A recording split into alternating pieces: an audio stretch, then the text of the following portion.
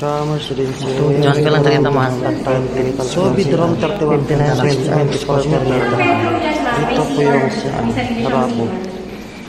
Then, ito yung CR. Ang CR niya sir, magandang malaki. Bidrom. Malaki siya. Second floor ma'am.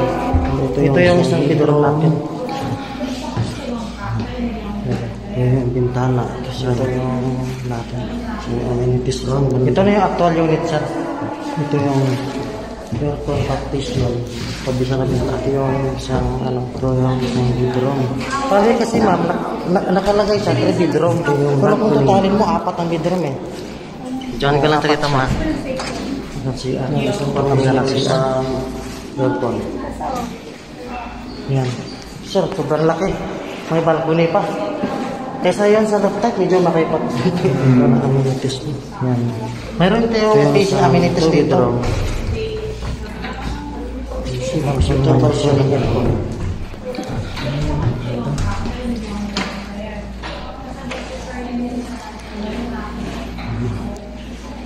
Probably around 20 square meter. Ito yung isang bedroom. Charmers Residences. Ito, bedroom 31.